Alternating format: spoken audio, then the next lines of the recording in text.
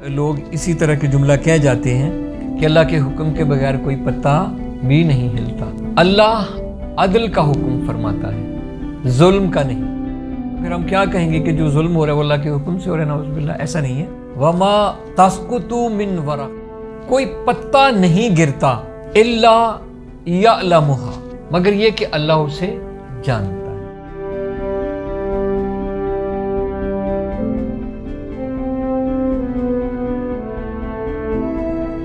غفلت انسان کی سب سے بڑی بیماری ہے، سب سے بڑا مرض ہے، اور بہت ساری چیزیں ایسی ہیں کہ جن کی حقیقت کچھ اور ہے یا نوعیت کچھ اور ہے، لیکن وہ شہرت پا جاتی ہے۔ انہی میں سے ایک جملہ ہے، بلکہ فقرہ ہے، کہ اللہ کے حکم کے بغیر پتہ بھی نہیں ہل سکتا۔ یہ قرآن میں لکھا ہوا ہے، حالانکہ قرآن مجید میں کہیں بھی نہیں ہے۔ پہلے ہم وہ آیت پڑھتے ہیں، یہ سورہ مبارکہ الانعام ہے، اور آیت نمبر ہے 59 یعنی 59۔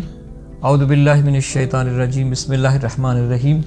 وَعِنْدَهُ مفاتح الغیب، اس کے پاس کنجیاں ہیں غیب کی، لا یعلمھا الا ہوا، اس کے علاوہ اسے کوئی نہیں جانتا، وَيَعْلَمُ مَا فِي الْبَرِّ وَالْبَحْرِ، اور وہ جانتا ہے جو کچھ بر میں ہے یعنی خشکی میں ہے، اور جو کچھ باہر میں ہے یعنی سمندر میں ہے۔ وَمَا تَسْقُطُ مِنْ وَرَقَةٍ إِلَّا يَعْلَمُهَا، یہ ہے وہ حصہ کہ جس کے بارے میں انتہائی غلط قسم کی انٹرپریٹیشن جو ہے وہ عوام میں پھیلائی گئی ہے۔ اس کا ترجمہ کیا ہے کہ کوئی پتا نہیں سخت کرتا یعنی گرتا، مگر یہ کہ اللہ اسے جانتا ہے، وہ اللہ کے علم میں ہے۔ یہاں آیت میں کہیں بھی نہیں ہے، حکم اور ہے، اذن اور ہے، رضا اور ہے۔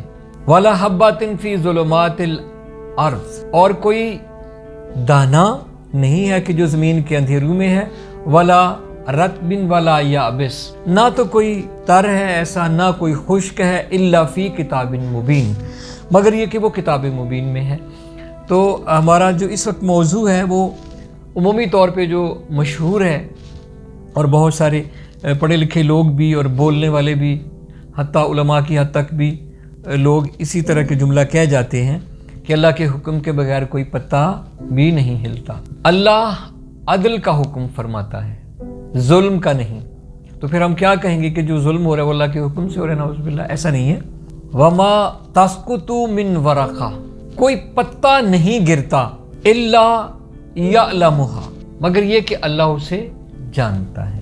دیکھیے، اذن اور ہے، جیسا کہ قرآن حکیم میں موجود ہے کہ کوئی بھی مؤثر اپنی تاثیر نہیں دے سکتا اس کے اذن کے بغیر، جیسے سحر کے بارے میں ہے، یا انسانوں کو جو مشکلات آتی ہیں، جو مصائب اسے درپیش ہوتے ہیں، مصیبتیں جو آتی ہیں، تو یہ اذن الہی سے اتصال پذیر ہوتی ہیں تو آتی ہیں، ورنہ کسی کی فی نفسہا کوئی جرت نہیں ہے اور نہ یہ ممکن ہے۔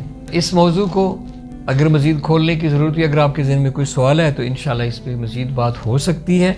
تو یہ وہ آیت ہے، اسے آپ نوٹ کر لیں، سورہ مبارکہ الانعام آیت نمبر 59، کہ کوئی بھی پتہ نہیں گرتا مگر یہ کہ وہ اللہ کے علم میں ہے، اللہ اسے جانتا ہے۔ اس موضوع کو پھر میں پڑھ دیتا ہوں، آیت کے اس حصے کو۔ وَمَا تَسْقُطُ مِنْ وَرَقَةٍ إِلَّا يَعْلَمُهَا، کوئی پتہ نہیں گرتا مگر یہ کہ وہ اللہ کے علم میں ہے، یعنی اللہ اسے جانتا ہے۔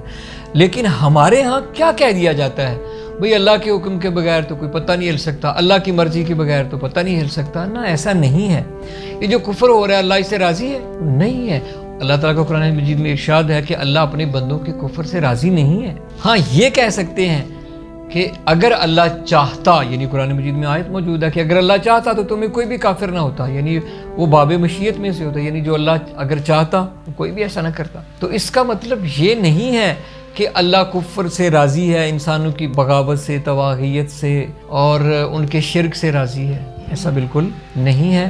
لہٰذا اپنے خیالات کی ہمیں تصحیح کر لینا چاہیے، اور چونکہ اتصالات کو جب چھوڑا جاتا ہے تو جو موصولات ہیں وہ بھی چلی جاتی ہیں۔ جیسے آپ کسی بلب کو کھو دیں گے تو روشنی کو بھی کھو دیں گے، قلم کو کھو دیں گے تو تحریر کو بھی کھو دیں گے۔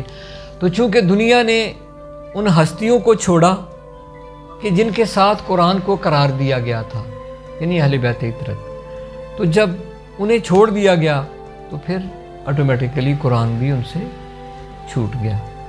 اور جس طرح باقی نظریات میں، باقی عقائد میں اور باقی جو اصول ہیں یا فروع ہیں ان میں اتسام واقعہ ہوا، اختلاف امت میں پڑ گیا، انہی میں ایک امر یہ بھی